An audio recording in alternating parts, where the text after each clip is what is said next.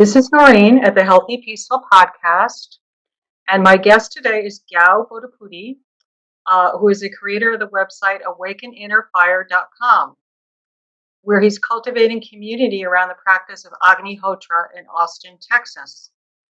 Agnihotra is an ancient Vedic technology. The purpose is to heal individual and the environment, near and far, by an attunement to nature's rhythms. Examples of personal healing include healing stress levels and healing addictions and debilitating habits. Examples of planetary healing include enhancing food production, replenishing nutrients in the soil, and reducing atmospheric pollution, including radiation. Agni means fire, Hotra means healing. While his day job is that of patent attorney, Gau has taken on the role of film producer. His documentary film is titled Awaken the Inner Fire. Its website is agnihotradocumentary.com. With this film project, he is setting forth to prove this ancient wisdom with modern science. He's already completed a clinical trial in Baltimore and is soon to start another at UCal Santa Barbara. And Gau's purpose to heal individuals and planet with this powerful technology, to highlight Agnihotra's role in creating a sustainable world and ultimately in saving the planet. Gau, welcome. Okay, thank you so much for having me. Thank you for the introduction and description of Agnihotra. Thank you. Well, I want to start with the elements of Agnihotra. So maybe just for viewers and listeners who really don't know anything about Agnihotra, what is it?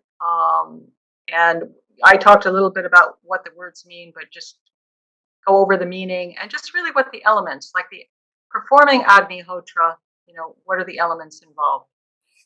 Okay, so to actually perform Agnihotra, it's quite simple.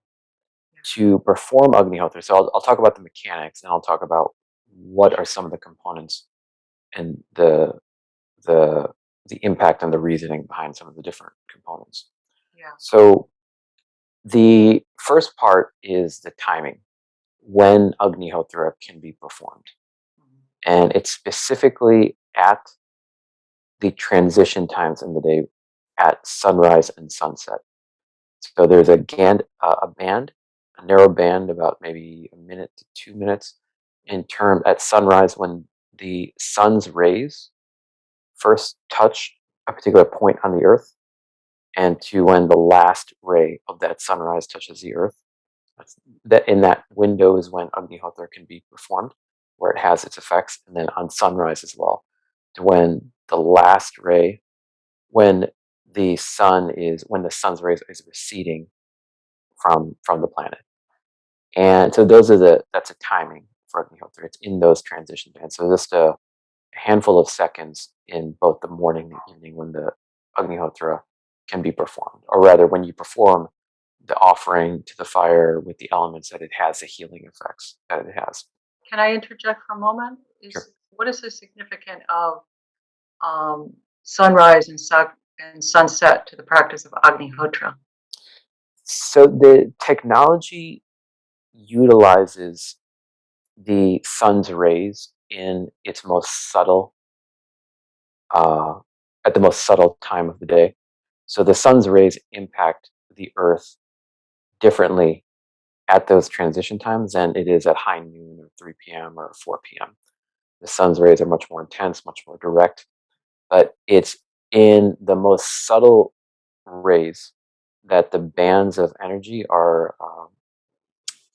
allow for a very subtle interplay between those bands and what's happening within the pyramid itself. And the pyramid acts as Pura stands for fire, mid means middle. What happens is that the subtle energies from the sun in that time begin to swirl and circulate within the pyramid structure. It's a pyramid that made of copper that has 3 steps that you can fit in your hand. It's very small.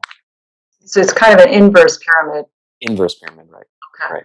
Right. And so the subtleties of those rays allow such that the sun's those rays become collected within the middle of the pyramid. It's almost like a very transitory phenomenon that is just very temporary, but it's all within the element of Agni, of fire.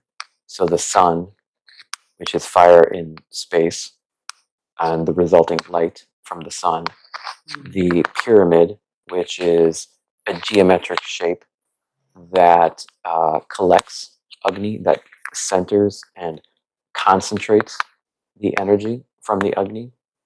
Then when the fire is made, that is the fire is in essence what creates the resonance.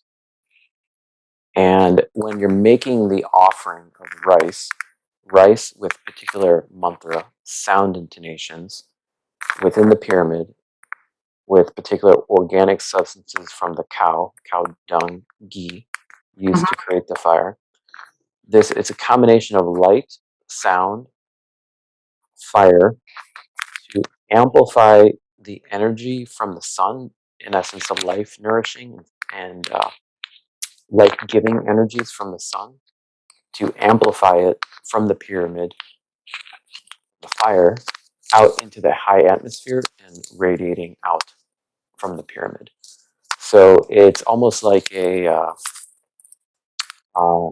energy type of conversion of the very subtle rays of the sun to amplify that energy into life nourishing energy on the planet, um, in a very large radius as well, into the high atmosphere. I've heard as high as 8 kilometers into the atmosphere and 100 to 200 yards in radius in terms of the effects of this healing resonance that gets amplified.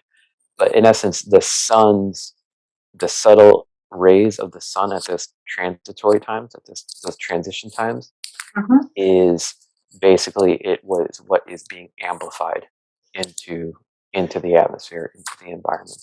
So that's why the Okay. timing is important because it's only at those transition times that the rays of the sun are the most subtle for it to have the effect within the pyramid, to gather within the pyramid, and where the mantra offering is made with the rice offering at that time, then that's where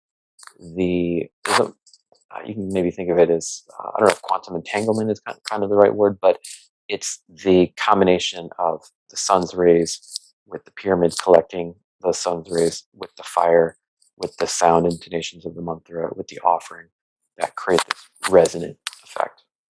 Okay. All right. Awesome. And what are the benefits of Agnihotra? So we have the elements of Agnihotra, or maybe another way to phrase it would be, what are the effects? Because um, obviously you've experienced personally, and many others, um, you know, very subtle effects, very even effects that aren't so subtle, but maybe just spend a little time talking about that. So the the effects and the benefits of Agnihotra are truly beyond what the mind can comprehend. Mhm.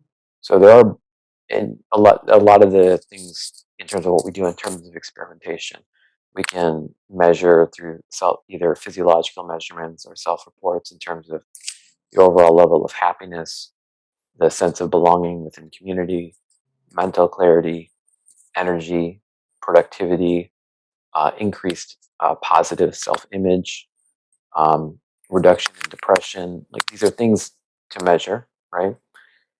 Um, Also, different things that have been measured in terms of how uh, the particle pollution in the air is reduced, the pathogenic bacteria in the environment is reduced, increase in microflora when the ash is mixed into the soil, increase in uh, macro and micronutrients into the soil, so the soil becomes more alive, more nutrient dense. The growth of more healthy plants, more healthy fruits, uh, a more healthy atmosphere, more healthy rains. So all these, there have been about 30 to 40 years of research that really just, if you look at the overall picture, that just really drop hints in terms of, okay, what are the benefits? Our understanding of the benefits are limited to what we have the inspiration to study, what we have the inspiration to measure, and what we put in the energy to measure and study. Then we can piece together what are the benefits. But if you really want to understand the benefits, going to the original sources is what I think the best. And the Vedas, the Rig Veda in particular, talks about the benefits. It's also in the Bhagavad Gita. There's a dialogue between a teacher and disciple in that book, where the teacher, uh, Bhagawan Krishna, is talking about what the Vedas teach and the fundamental teachings of the Vedas. And the most fundamental teaching that is proposed and expounded by Bhagawan Krishna to Arjuna in that dialogue in the Bhagavad Gita is that the cycle of life is accelerated, perpetuated, maintained by yajna, by these fire offerings. And in essence, a way to think about it, if you are a farmer and you're growing food on the land, there's a concept in the Vedic science of agriculture called Chaitanya Krishi. So Chaitanya is life force and Krishi is a land. So the act of farming is the art of cultivating and channeling the life force energy from the earth to grow food that we can eat and that nourishes us. And just as if we constantly take from the soil and deplete the nutrients, the soil will no longer have life force energy to contribute to grow food. So the concept is very, I think, intuitive, that we need to give back to the soil. That's the regenerative farming movement, biodynamic farming, these types of organic farming concepts uh, uh, incorporate the idea of, okay, we need to give back to the soil to make the soil more rich, more nutrient dense, so the plants will grow more healthy. It's the same concept in nature as a whole, not just the soil, but all of nature. Soil is one component of nature, but there's also the atmosphere, that we can live on the earth because there's an atmosphere that provides a certain amount of pressure and oxygen that can sustain life, that we can breathe oxygen and nourish ourselves from the air, but also allow the food to grow from the earth. 70% of plants, of the nutrients of plants, come from the atmosphere. There's the sunlight, there's the rain. All of these are fundamental aspects of nature, of the environment, that that support life, that life spontaneously comes to be. So, for example, if you have a banana and you finish your banana and there's a peel and you toss it and it's sitting on the ground, that or if there's a banana you don't finish, then fruit flies will come, right? You have a banana, but naturally, life will generate from life. Right. There's symbiotic. The relationship is symbiotic between really all aspects of nature.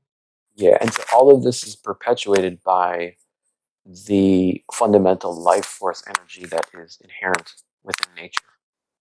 So these fires, Agnihotra, is the food for that life force energy.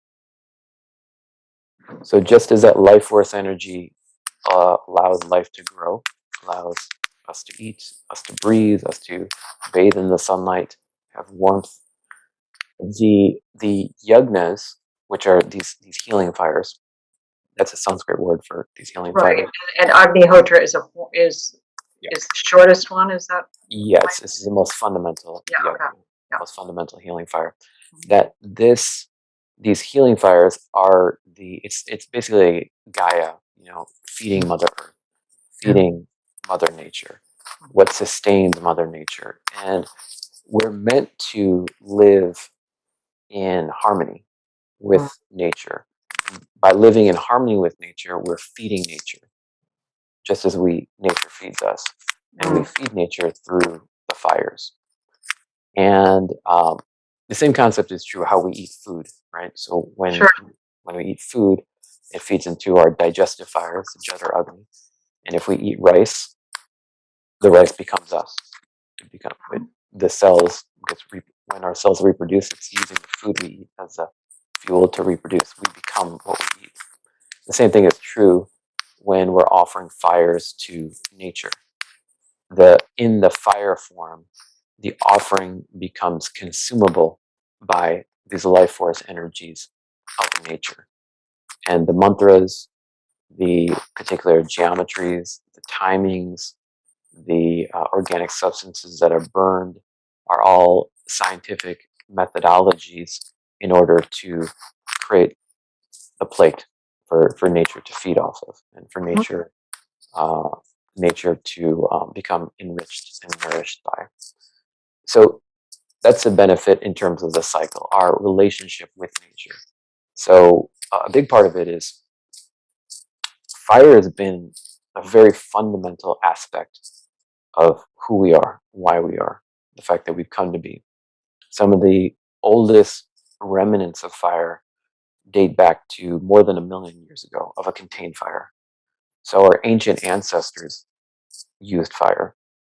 And fire not only allowed humanity to become the most dominant species on the planet, providing us with light, protection from predators that were stronger, faster than us, but warmth, the foundation for community gathering around the fire. Also, cooking food, digesting food. In terms of how we started digesting our food, it changed the development of our brains. Our brains became bigger. Our nose protrudes. Our facial structure changed to allow way for an evolutionary growth of our brains and our brain capacity from fire, from us cooking our food, and the food becoming more bioavailable to us because of that. Uh, Moving further, the Bronze Age, Steel Age, when we would use fire to purify iron to create stronger metals. Moving further, we'd burn coal to create electricity, to generate power, Sure, sure. generating steam for the Industrial Age. No, fire has been obviously, even in Ayurveda, it's definitely an important part of Ayurveda, and I think you're connecting the dots in terms of Ayurveda and Agni. And I like the blog post you had on what Ayurveda can teach us about Agnihotra. Mm-hmm. Could you speak to that in just terms of the concept of Agni in Ayurveda and how the microcosm and the macrocosm, how Ayurveda can really help us understand the profundity and significance of Agnihotra? Yeah. I'm glad you brought that up. So with Ayurveda, Dr. Vasant Lad, who I think we talked about, you're familiar with. Yes, yes, of course. He wrote an article. So when I was learning about Ayurveda and learning about the relationship between Agni and Ayurveda, he had a very striking article on the importance of Agni to Ayurveda. And he said Agni is the single most important factor in the determination of the health of an individual. And it's the only single factor whose absence means the absence of life, and whose perfect balance means perfect health. And so, why is that the case? So, Agni is the fundamental force of breaking down molecules and then also reforming molecules to make them absorbable by cells. So the process of both the breaking down and building up of food particles in particular, and then the absorption by cells. Sure, So it's the digestion and assimilation of the right, nutrients. Yeah. yeah. So it's breaking down of the food through the digestive fibers, and then the process of the cells absorbing the food is Mhm. also an expression of Agni. So, to give an example, if you have a fire, say a campfire that's burning from wood, and then if you have wood and you feed that wood, that log, to the flame, then what happens to the log? It becomes a flame. Sure. Yep. So the process of Agni, an expression of Agni, is the when what you offer to the fire, to the Agni, becomes the Agni. Mhm. So it's the same process by which the cells assimilate nutrients. So it's broken down through the digestive fire, through the main Jఠra Agni within the digestive tracts, the stomach and the intestines, in which it's absorbed, and it gets broken down and converted into a form that the cells can absorb. And then the process of absorption by the cells is its own micro Agni. Mhm. Each cell has its own process of assimilation um, to uh, to absorb the nutrients and then utilize that energy to help it itself carry out its own functions. And so Agni, the reason why Agni is so important is because if food is not broken down properly, then because if you don't chew our food properly and it's not fully broken down, then that results in undigested matter within the body that can't be absorbed by the cells. And that's called, I'm sure you're aware, ama. Yes, ama, the toxins in the body. Yeah, that's undigested or partially digested food matter Mhm. that does not get absorbed by the cells but builds up in the body. And the buildup of that is ultimately becomes a toxin within the body. So even if we eat healthy foods, if we don't chew our food properly, then that itself can become toxicity within the body. So a strong Agni means that the food is digested properly, so it's fully broken down and it's absorbed. It's broken down to a point where it becomes completely absorbable by the cells. And then also a strong Agni is within the cellular structure itself, that each of the cells can individually absorb the nutrients. Right. So it's just completely assimilated by the body and Right. utilized. Yeah. Yeah. Okay. And yeah, it's there's so many functions, even outside of the food. The process by which information Mm. is assimilated within the body, Mhm. how the senses make contact. Mm. The eyes make contact with light. The ears make contact with sound. How this even the senses, how we take in information, is an expression of Agni. Even speech Sure. is even speech is an expression of Agni itself, which is what the Vedas say. Yeah. Uh, Well, anything I look at, would you, I mean, I always think of the word transformation when I think about Agni. mhm, yeah, Um, so yeah, yeah, it could definitely be really anything that that, anything we're digesting is, whether it's information, thoughts, certainly there's a transformative process that occurs. yeah. It's almost like so Agni, according to the Vedas, this loka, this plane, the physical realm, this earth, Agni is the main element within the physical plane. And the reason why that is because it's a regulator of of life in physical manifest reality. Okay, and the reason why is because let's say there's food on the ground and the food on the soil and it begins to decay. Mhm. The process by which the food decays and becomes absorbed into the soil is a process of Agni. The process by which those nutrients get absorbed by plant roots and then grow into a plant is also an expression and a process of Agni. So the entirety of the cycle of life on Earth is perpetuated by Agni. It's the exactly as you said, the transformative process by which energy changes states to become utilized in a different form. to become useful in that different form and constantly changes, constantly converts. And that's the drive for everything we see happening within nature, everything we see happening within the process of reproduction, the process of growth, the process of development, in the process of death, reabsorption of the energy back into the overall stream of life. Hmm.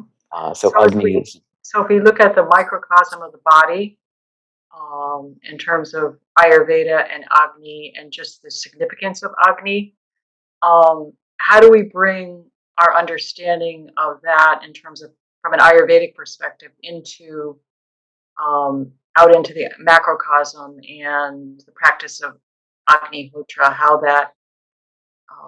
do they interrelate, and how does it help us more deeply understand the significance of Agnihotra to really um, the health of the environment, also our personal health? well, you can kind of think of it as just as what is within is also without.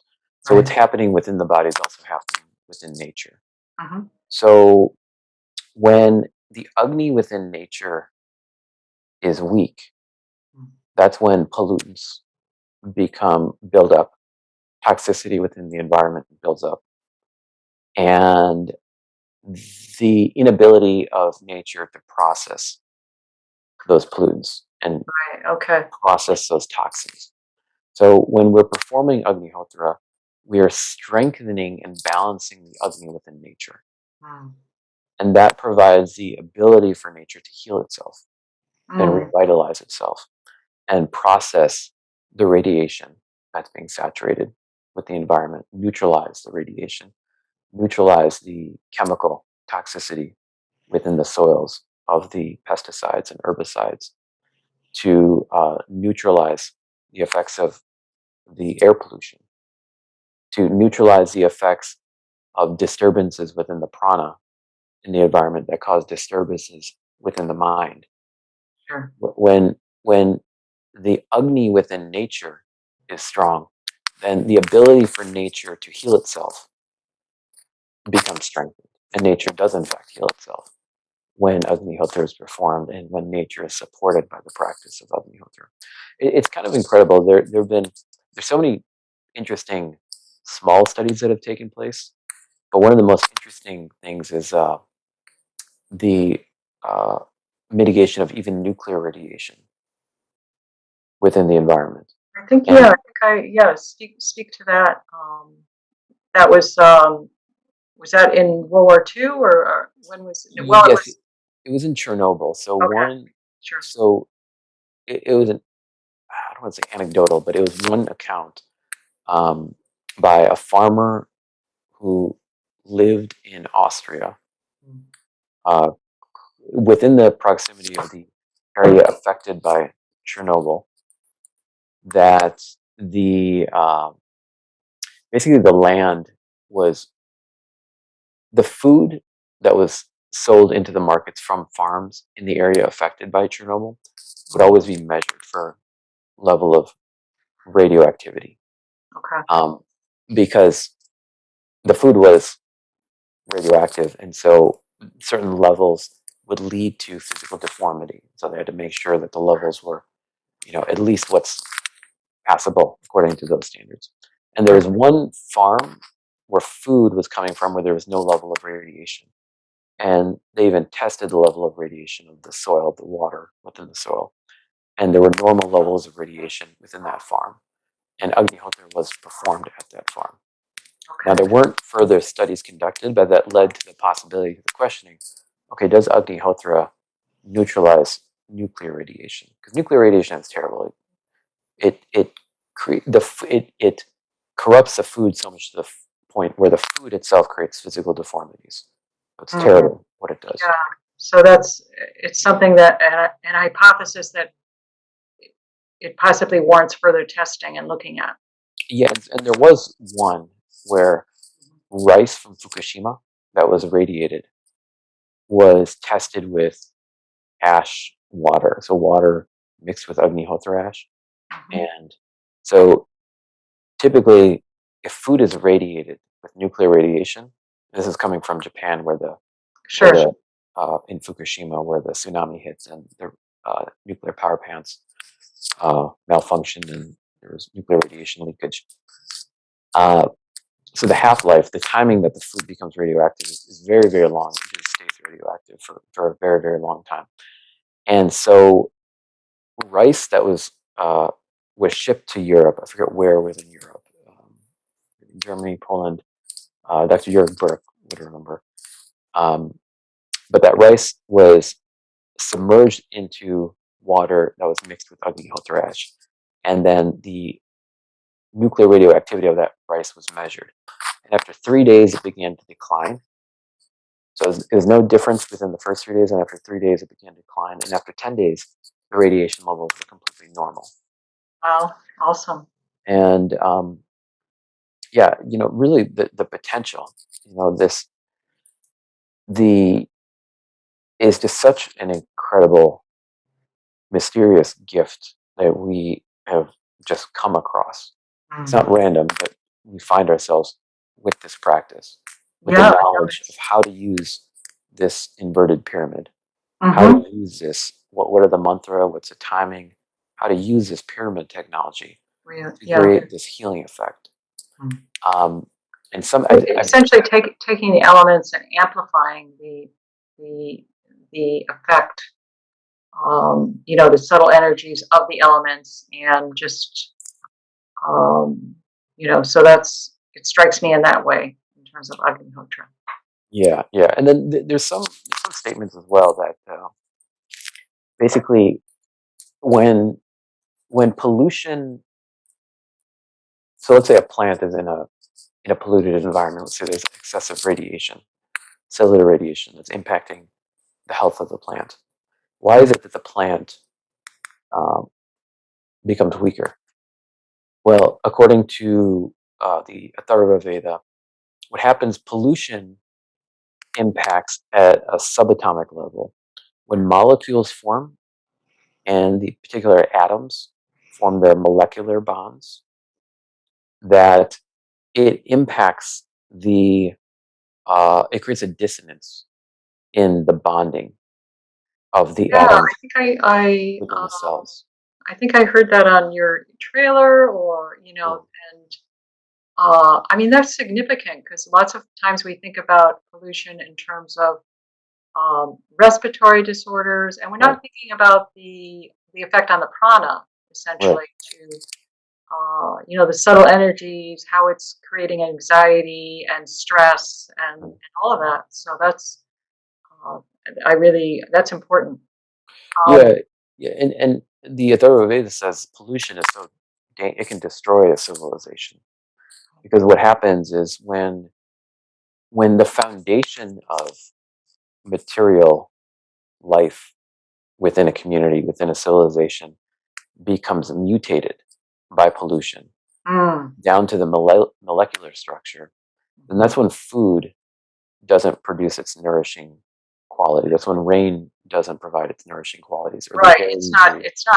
It's the pollution and the impact of the pollution on all the other inputs, and how that affects essentially human body, the planet.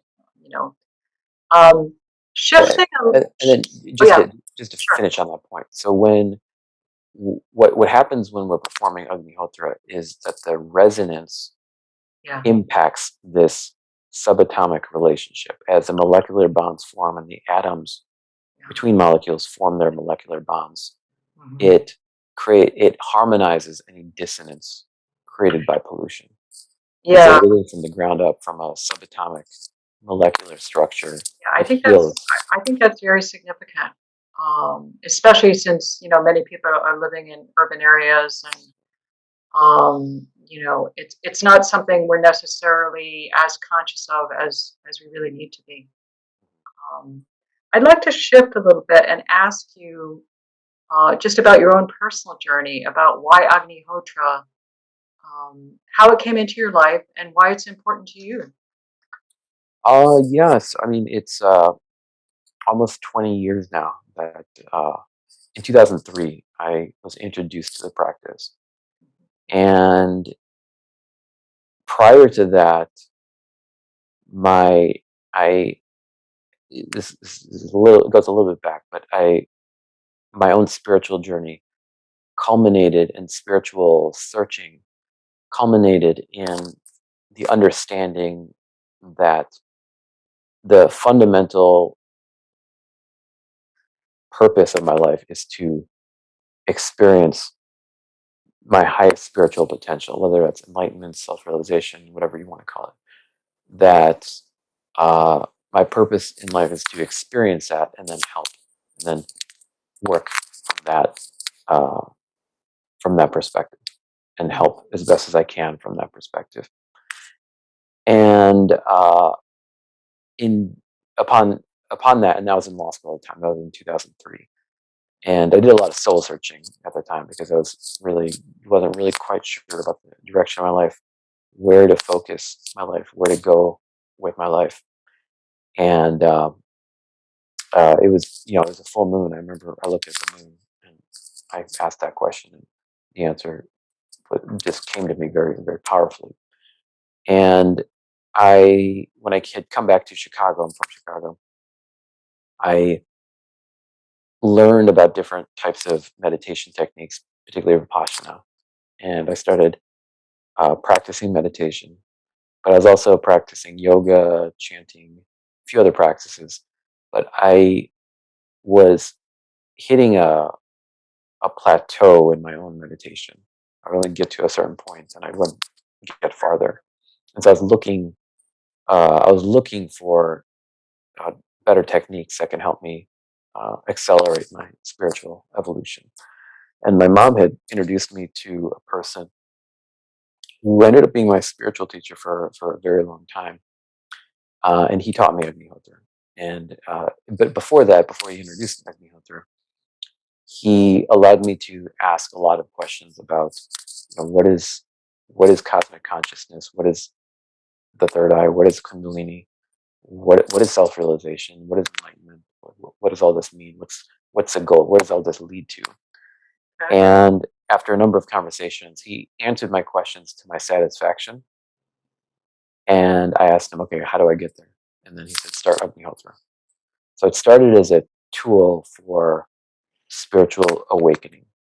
And I started in 2003, and I practiced for about 6 months, but I was also practicing yoga, very intense yoga that involved pranayama and meditation, and then chanting as well. And I decided to focus on the yoga exclusively because I felt that would take me deepest in my meditation. And after about 5 years, it was intense, for morning and evening, a couple hours each morning, each evening. So it was pretty hardcore practice. I hit a plateau in my own meditation. And so I reconnected with my spiritual teacher, and he actually came to visit. And there I had more time to connect with the practice. And he taught me how to meditate on the sound. So that took me out of my plateau and allowed sort of a new avenue for me to focus on in my meditation. But I wasn't totally, things were generally getting better, but I wasn't totally sold on Agnihotra until 2010. Okay. And the reason why was because for meditation, I could tell how meditation was helping me outside of actual meditating. Because when things open up inside, I could see the Sure. big difference. And Um, you were experiencing a shift in consciousness. yeah, which would translate to my everyday waking Sure. life Absolutely. with Yeah. other people. Yeah. And sitting by the fire felt very comforting, but I couldn't tell how it was impacting me outside of actually sitting by the fire until I took a business trip in 2010. So when I started my patent consulting company, it was the first trip out to meet my business partners all together to talk about this project that we're launching, this company we're launching. Mhm. And I planned to meditate. I had a pretty rigorous meditation schedule, but I didn't bring my Agnihotra set. And in the middle of the week, I slipped into a depression. A depression I felt in the 2000s when I was practicing yoga. That just kind of went away on its own. I didn't really quite pinpoint how, but it was just gone. It was better. I was assuming overall everything was getting better. So I was really surprised when I kind of started to feel a little bit of a funk, and it didn't leave me. for several days, including when I came back to Chicago. And it was surprising because I thought I kind of was grew out of that feeling of depression. I was surprised that it came back, and it wasn't leaving me. It wasn't nothing was shaking it, similar to how it felt before. And when I performed Agnihotra when I came back, so on that Saturday I didn't perform it. On Sunday I did. In the morning when I performed Agnihotra, I felt a noticeable shift. I still felt a little off, but I took note of it. I thought that was interesting. And then when I performed Agnihotra in the evening, the depression completely lifted from me. It was like a blanket, like a heaviness just lifted. And it was quite humbling because I realized that Agnihotra had a greater impact on me, a more subtle impact on me than even meditation. And I wasn't even able to pick up on it or detect it through my own awareness of self. And It was only when it was you stopped for a short period that right, you noticed. right. Right.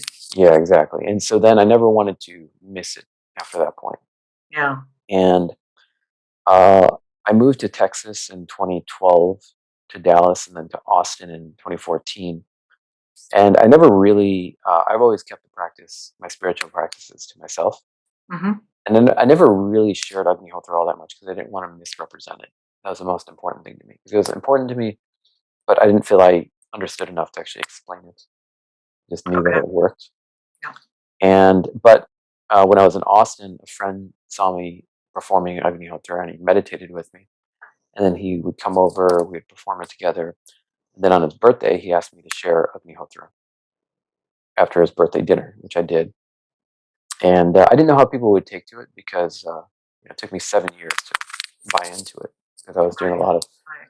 testing with meditation. How much was this? What was doing what? Right. And I was pleasantly surprised when someone had asked me when can we do this again. And Well, so that was a positive reinforcement. yeah, and I felt that to be a calling. That okay, I felt like now is a time that I really need to start sharing. And so we made it a weekly gathering, Okay. and then we formed a community here that still exists today here in Austin. That was in 2017, That's great. and specifically with the documentary project, I wanted to create because it took a while for me to connect to Agnihotra, and I could see how people, when looking at Agnihotra, it looks different. It looks like a ritual. Like, what's actually happening here? Why is this? Why are people talking about it? Right? And so I wanted to make an entry point for people that would be easier for people to connect with, even if they didn't have the opportunity to experience it. And that was by conveying other people's personal experiences with the practice. And so that's why we started doing video testimonials and creating small video clips. And then we ended up doing an interview with a person by the name of Adam Russell, who's the interview's on the awakeninnerfire.com webpage. Yeah, I probably looked at that. What was he chatting about on the interview? So he was talking about biodynamic farming and Okay. Right. how Agnihotra contributes to a more healthy Sure. atmosphere that leads to more healthy plants and food, Okay. or more nutrient dense food. Yes. Yes. Yeah. I definitely remember that. Yeah. And then when we saw the video of the final product, we realized it was just so powerful that there's a documentary to be Okay. All created right. and shared. And That's interesting because I don't think I gleaned that from just preparing for today's interview. That you started doing some video clips, really just to get really kind of explain Agnihotra and encourage people's interest. mhm, That was your initial thought in terms of doing some video, mhm. Yeah, and then along the way, you decided there was a little bit more to it. yeah. It's one of those things where when you just feel called to do something, you take that first step, Right. then the journey unfolds and it just reveals Right. itself. And Right. The I, direction becomes yeah. It starts to appear and yeah, become clear. yeah, Yeah. yeah. Um, well, actually, since you mentioned your documentary film, I'd like to turn to that, Mm. if that's okay. And I have some questions about that because that's quite an undertaking. Mm. It is. And so, when was that turning point for you? You're doing some video clips, you've got Adam's video, and now, when did that happen where you decided, hey, I think we've got something a little bigger here with the documentary film project? So that was when we did that interview with Adam Russell, that the seed was planted that, okay, I want to engage and embark on a documentary. That was in late 2018, early 2019. Now, the person who I worked on that initial video and videos with, he's on the project now, but he left film I see. around that time. So he told me he couldn't continue Okay. working on the project. And Right. so it was in the back of my mind. And it wasn't until I met Matthew and Marjorie of Moving Home Productions. They're a production company based in Canada and in Quebec. And they happened to be in Austin in Zoka Park. And I randomly, through a friend, invited me out there. And then I met Matthew through that mutual friend. And I don't know, for some reason, I just started talking about the documentary. And he said he has his camera equipment here, and he's willing to shoot some stuff. And if we like his work, it sounds like a very interesting project for him. He'd be willing to, potentially engage with it. And then so I invited him and his partner, Marjorie, to my place, and we performed Agnihotra on my balcony. And they felt a connection to the fire, and I showed them some of the work that we did. And we decided, all right, why don't we do a trial run? Why don't we conduct some interviews here in Austin? And they were really gung ho. They wanted to, willing to go, dive headfirst into it. And I wanted to match that momentum and that energy and that forward drive. And so just moved really quickly from there. That, okay, you know what? Let's get the camera equipment. Let's get let's look what's Netflix approved. Let's get that camera equipment, and let's start the journey. So that's when we started. I didn't really know a lot of people in the Agnihotra community, because I just knew the people who I knew, and so it really forced me to connect with uh, other people in the Agnihotra family that around the world, that has really just led to some amazing relationships that have been Yeah, cultivated. so you went from your Austin community to, um, well, at least a community in the U.S. As a result Yeah, of this project, and perhaps even bigger than that. yeah. I mean, the original plan was to actually travel to India and Europe, because that's where most of the research had been done. And so, Right. so the idea behind the documentary, so just if you look out in the world today, there's so many. I call it a marketplace. It's a very saturated marketplace of helpful things, whether it's diet, nutrition, supplements, workout routines. Sure, Um, the wellness yeah, the marketplace. wellness market is very, very saturated. Okay, Right. and so realistically, for someone who has never heard of Agnihotra is one piece within a very saturated health and wellness industry, and sort of marketplace of ideas. And so the Mhm. question is, why should someone focus on this one particular practice? What's unique about this? And so what we want to do through the documentary is explore, through scientific investigation and inquiry, why that's the case. What is it about this practice, and can we investigate it through scientific experimentation? And what can this experimentation teach us about the project, about the practice? And so what we're trying to do is create a journey. So I'm the host of the documentary, Okay. and what I'm doing is I'm traveling, and we're traveling with the film crew to meet different people who are professionals in their field and who are conducting experiments and studies.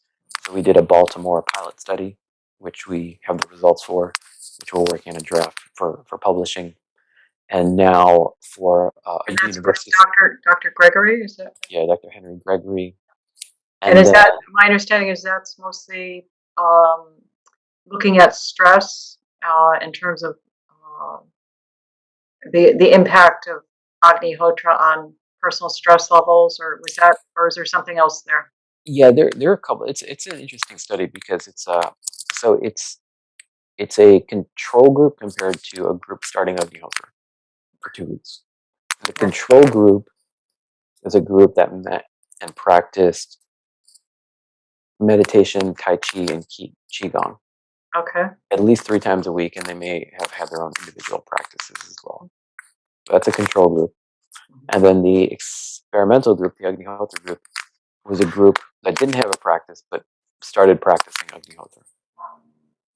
And they And weren't practicing yoga or Tai Chi or the other. no, no. So there are some limitations in terms of the controls, Sure. non-randomized, and a lot of caveats. But Sure. but what we were testing for was overall levels of depression, and that was measured by what's called the Beck's Depression Inventory, which is kind of industry standard in the psychology world. Mm-hmm. Um, and there's a scale. It's a self-reported questionnaire that you answer questions 0 through 3, like I don't feel sad, or Right. I feel Right. sad sometimes, or I feel So it's sad all essentially a self-assessment. the time. And so measuring the results before and after, and also what we call a wellness index. Mhm. So also self-reporting, rating yourself. How is your overall level of energy, level of productivity, ability to manage stress, emotional competence, sense of fulfillment in relationships, belonging in community, overall sense of happiness. So 10, 11 questions all related to that. And the the results were quite stunning. Although I think there are a certain number of caveats because the Tai Chi group had been practicing Tai Chi already, Okay. and the Agnihotra group was just starting. Right. Right. So there So, was. so there Okay. could be, when you're starting something new, that it might be more pronounced as opposed to. So there are, so it definitely has its limitations, Sure. but the charts were just looks, like the increase in the sense of happiness, the increase in the from the before and after score, the average in terms of sense of belonging in community, sense Mhm. of purpose, levels of productivity, um, reduction in a negative self-image, so increased positive self-image. Um, so many different types of factors, and the results were like 4 times greater, like 5 times Wow. greater for an Okay. increase or decrease in what was not good in the Becks. So really profound. That's great. That's fantastic. And question for you: why is it important in this documentary to really match the wisdom with the science? Well, I think it's a balance to respect what what the wisdom says, what the Vedas say, and what some of the teachers, Mhm. the realized teachers who have taught Agnihotra and what they say about it, and ground it in scientific study. And the reason why is because one, so the teacher, the the messenger, the master who shared Agnihotra with the world, Param Sadguru, Shri Gajanan Maharaj, Mhm. who was a messenger to bring Agnihotra in its current form Okay. and plant the seeds for where we are now. He said that the Vedas is a warehouse of scientific knowledge, I love that. and we should test it Okay. according to modern day scientific methods. Right. So And he he wasn't he wasn't he wasn't adverse to testing. no, he promoted it, and he actually said that grace is with the scientists, Mm. modern day scientists who will be testing Agnihotra. And he also said that Agnihotra, well, let's see, I'm forgetting the Sanskrit word, but it has a quality where whatever you test, you challenge Agnihotra to, it will pass. So whatever the challenge, and so that's Okay. why we are rigorously putting it. And so I don't want to disclose too much about the university study, about which university, because we don't want these subjects to know that this is part of a Oh, I document. see. I see. Yes. Yes. Okay. I Um, understand. so Yeah. we're just generally disclosing it's a university study, Right. but this university study is very rigorous, and in the people in the brain neuroscience departments of the university, what I've been told are number one in the world. Like And is this is this one. also, are you also contemplating this is going to be related to personal well-being and stress Yeah, levels, yeah, or is there something psychology. something else? Yeah, I mean psychology, physiology, Right. qualitative, quantitative measurements. And so Okay. right now we just started the study about 2 weeks ago. We Oh, began okay. phase one. So it's in process. Yeah, it's begun. Yeah, and That's so great. right now the research team is developing an IRB, independent review board proposal. Mhm. And so what they're doing right now is, so I'm collecting, uh, with the help of Dr. Yerber, collecting a lot of information on what's been previously published before, Mhm. including statements by Sri Vasant in terms of what to test for, including the results from the Baltimore study, Mhm. and giving that all to them. And what the first process is to, what are all the benefits, Right. even even the subtle, even things on a Right. quantum Just level. anything you can think of. Yeah. Yeah, and then the process of narrowing down.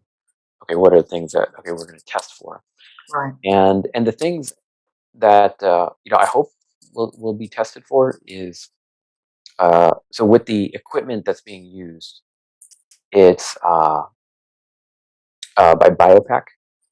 Okay. IPAC Systems. And it's a gold standard for PhD students get trained to I use the see. equipment. It's been used in more than 50,000 published studies have used And BioPAC is it equipment. a technology that's used, or is it Yeah, physiological measuring, right? so measuring Okay. EEG, ECG, pulse, the pressure of your pulse, blood Mhm. pressure, Right. all these different measures. And Okay. with their technology, they can see if there's actual coherency between different uh, rhythmic systems within the body, between the heart rate, breath Mhm. rate, brain rate, pulse, if there's coherency or not. And so Mhm. one question is, does Agnihotra produce internal biorhythmic alignment and coherency and harmony? And then what we'd like to do is interview Ayurvedic doctors, chronobiologists after we get the results of the study. And, so what does this mean to you? Why is it important to be internally biorhythmic coherent, have coherency? What does it mean to health and wellness? And I think I think it could do is contribute to the discussion that health is not limited to chemistry and achieving optimal chemistry, but also more relates to something more subtle of uh, rhythms and harmonics and coherency within your own internal rhythms. Sure. Yeah, And absolutely. Absolutely. Um, wow. And how long is this study? How long? How long do you anticipate that the it study that's in progress is going to take? projected a year and a half. Oh, wow. Okay. So it's a long-term study. Now Right. we will have content that we will release from the materials that we've gathered so far, and what we're going to do is release episodes. And I see. so Okay. Okay. we have a limited release documentary short that's not that I sent to you just Yeah. under, but there's a film festival in San Francisco this weekend. We just submitted it to, but it's a limited release. That's going to be the beginning of a 22-minute episode. All And right. what we are So going to do, your first episode will be, you plan for the first episode to be about 22 minutes. yeah, and Okay. then subsequently about 22-minute episodes All right. with the Cool. content that we have. And so we want to release. So we won't publish anything on the study Yeah. until after the study. Everything we Oh, have, I see. I see. yeah, Yeah. everything we have around that we can. And right now we are working on the first episode. And I think within the episode we'll also include the Baltimore Sure. study as well. Sure. Because that's Um, already completed. yeah, Yeah. Okay. All right. and yeah, so that's where we Yeah. are. It's well. That's quite a shift in trajectory for you from patent attorney to documentary filmmaker. Um, Yeah, well, it's complementary. I'm doing both. So, um, what have been your greatest lessons learned, just in terms of undertaking a project of this magnitude in a completely different medium? Yeah. So, just what have been your greatest challenges, and perhaps things that you didn't anticipate that really supported your own evolution, as well as obstacles that have supported your own evolution? well, what's I think is incredible is the um, it's when you can see the grace unfolding in your own life. Mm. And I maintain a very strong practice of the daily yagnas. Mhm. And I do many advanced yagnas, including Rudrams, Kalika Mantra, um, Purusha Suktam, Vishnu Suktam, Mhm. Ganapati Atharvashirasa, Devi Atharvashirasa, Sri Suktam. Um, I'm incorporating all of them into a daily practice, but at the minimum, I do the Kali mantras and mantra called the Bharo Kavacham, Sure. which which are just the impact just produces such a resonance in my life that I see opportunities. And so what it's the daily practice of the yagnas, in particular the advanced yagnas, it I see it unfolding and it creates the opportunities. It creates the opportunities, including when the first question about, hey, can you share it at my birthday? Hey, can you when are we gonna do this again? Starting from there and just the opportunities, the invitations to take a step forward and step into your calling, your purpose. And what I found is that the best thing you can do is take that step and keep walking. Mhm. And I didn't see a documentary project when someone asked me, "Can you share it at Sure. my birthday?" Sure. Yeah. It wasn't the immediate goal. Yeah, Right. but it's one of those things where when you're in alignment with your own personal practices Mm. and you're doing it for in service, Mm. that will happen is that you will automatically align to your purpose, your dharma, of why you're here. And everyone has their own purpose. Mhm. And those opportunities to actualize your purpose, as well as the capability, will be given to you. Right. Right. Yeah. And it's, You're being supported by nature, yeah, 100%. essentially. So, awesome. Well, I know that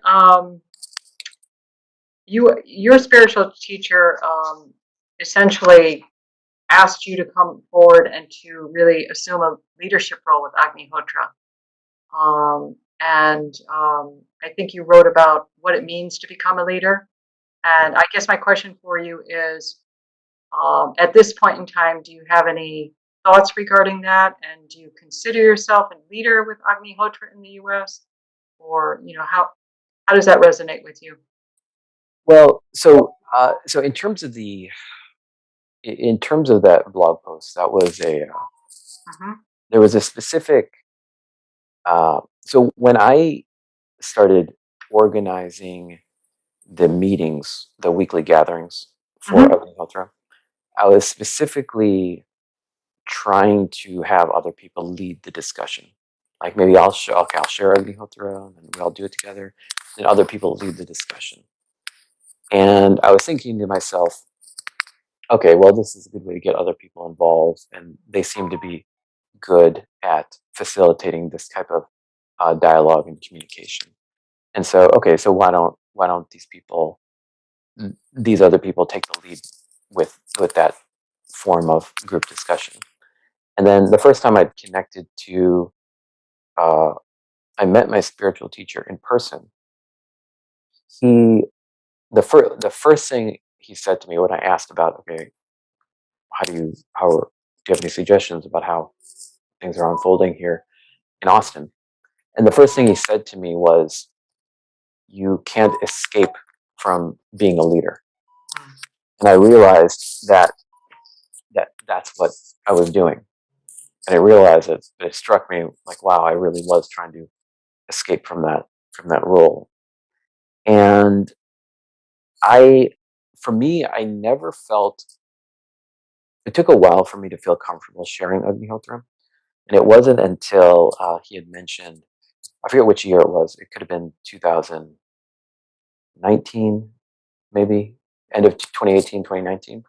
But he said that it's very important to maintain the consistency of our disciplines, because in March there is a very powerful stream of energy coming in, and for you to withhold that energy, you need to be on top of your discipline so you can maintain it. And so I was, that wasn't a problem for me, being consistent with my practices and disciplines. And I remember that night I was meditating, and I felt within my crown, I felt a high vibrant energy that I could feel come into my body, and and I knew I was absorbing it, but I asked for confirmation that I absorb it, and he said, "Yeah, did I get all of it?" And he's like, "Yeah." And I asked what it did. He said it developed your spiritual personality. And after that point, I was never nervous about sharing Agnihotra. So the fear of fear of saying something wrong, or the fear of not being able to hold space, was not with me Okay. after All that right. point. Right. And And do you feel that really prepared you for a leadership role? well, I don't think of it as that way in terms of a leadership role, because Okay. there's so many people that have dedicated their entire lives Sure. to Agnihotra, that have really been pioneers Right. in sharing Agnihotra. Okay. Um, and it's I see it's a collective effort Mm-hmm. to carry the torch and Mm-hmm. share the torch. And it's really everyone who is touched by Agnihotra, who connects with Agnihotra, has the opportunity, gets mentored by someone who practices Agnihotra, gets supported and encouraged, and then get to the point where they incorporate Agnihotra in their life, and they can see the impact that it has, the healing and all the benefits that come, both on manifest and on very subtle levels. Mm-hmm. It is really each and every one of us sharing that on a heart to heart level with those we care about. Sure. It's really what it is. And for me, my role, I feel I have a very unique opportunity to share the practice in promoting studies, and also in a documentary project. Um, so I feel blessed with an opportunity to share in this particular manner. But it's also, the opportunity is there because there's a generation before me that has paved the way and really provided a foundation of 3 to 4 decades of sharing Agnihotra, documenting its effects, sharing the farming techniques associated with Agnihotra. That's really what the story is, and it's a Yeah. matter of. Yeah. I love the way you phrase that. You know, well, I think being a leader means that you you recognize that the opportunity is a blessing, and you're going to move with that. Yeah, because it's a duty, because if you have the drive, the Right. the passion for the practice, Mm-hmm. and you feel the motivation and the opportunities coming to you to share, Mm-hmm. then whatever your role is, whatever your dharma is, Mm-hmm. each one of us are leaders in the dharma that we carry, the life purpose that we carry. And particularly if your life purpose is, I think if you have the blessings to connect with Agnihotra, and to feel called to share Agnihotra, then we're all leaders, because all of us share that dharma to share Agnihotra, Yeah. and it's on us to support one another in sharing, because all of us carry the light. Yeah, that's beautiful. That's beautiful, Gal. Thank you. Well, I think that brings us to the top of the hour. And any other, I mean, I know that, where can people find you? Your social media handles, or I know you have two websites. One's the documentary, and I'll include all this in the show notes as well. I appreciate it. Yes. So Agnihotra documentary is the website for the documentary. So the name of actually the documentary we just recently kind of it's the Sacred Fire, a Yeah. journey into Agnihotra, Okay. and but they'll be released with the episodes. But Agnihotra documentary is where you can find the the web page, and you can But contact the us. name of the series is going to be The Sacred Fire. Right, right. Okay. Yeah, and you can reach out to me at gau@agnihotradocumentary.com. Okay. There's also awakeninnerfire.com, and Right. within the training pages, we want to provide training materials for some of the more advanced yajnas. So provide the mantra sheet as well as Mhm. audio, so Right. people can begin to learn. And in Austin, I've been just started to chant the Rudram for groups. Hmm. We're meeting once a week, and we're doing the Rudram, and which is an advanced yagna. No need to go into what that is right now, Hmm. but we want to provide training materials for the mantra. And that's on your Awaken Inner Fire website. Yeah, there's some basic mantras there, but we're going to add some more to it. So we're updating the training page for that. Right. Anything else at all that you'd like to add for viewers or listeners regarding this project, Agnihotra? Well, okay, we are going to release a website called Agnihotra Foundation, which is for the purpose of, now it's not released yet, but it's for the purpose of raising funds to promote research into Agnihotra. Mm-hmm. So if so, there's an opportunity to support research into Agnihotra, Okay. and we'll And that, provide that but platform. that's not live yet, but it will be Agni. Yeah, Agnihotra Foundation. And so to support research into Agnihotra, you can go there to support the documentary. There's a donation link on agnihotradocumentary.com. Um, I would say that you know, for those who are listening who have not experienced Agnihotra, or who have experienced Agnihotra and felt a connection to the fire, my recommendation is to keep coming back to it. Utilize every opportunity to, if someone is conducting Agnihotra, to come join in, keep joining in until you can feel the connection and the communication with the fire. Because the fire itself, it may seem odd, but there is a deep, deep wisdom within the fire itself, within the Agnihotra flame. Mhm. And we can receive guidance through our intuition when we connect to the flame. Yeah. And it even has the wisdom to reveal to you who you are, why you are, and provide you and equip you with the capability to move forward in that path. And so it's incredible. It's just a phenomenally amazing tool. And what I would suggest is if if you have the opportunity to connect, if you connected and feel that connection to the fire, keep coming back until the inspiration grows to where there's this, you just want more of that uh, sacred fire presence in your life. Yeah, And because that's really beautiful, because really what you're saying is it's the consistency that um, that really will really make this meaningful in your life, and it's really the consistency that will create the inspiration. You know, yeah, something that we, you know, in the U.S. we don't think about consistency creating inspiration, but so that's, I love that. yeah, Awesome. Okay. All right. Well, thank you so much, Gao. I so appreciate you joining me today, and just hang for a moment. thank you, Noreen. Really appreciate the opportunity to come on today. Thank you so much. Absolutely.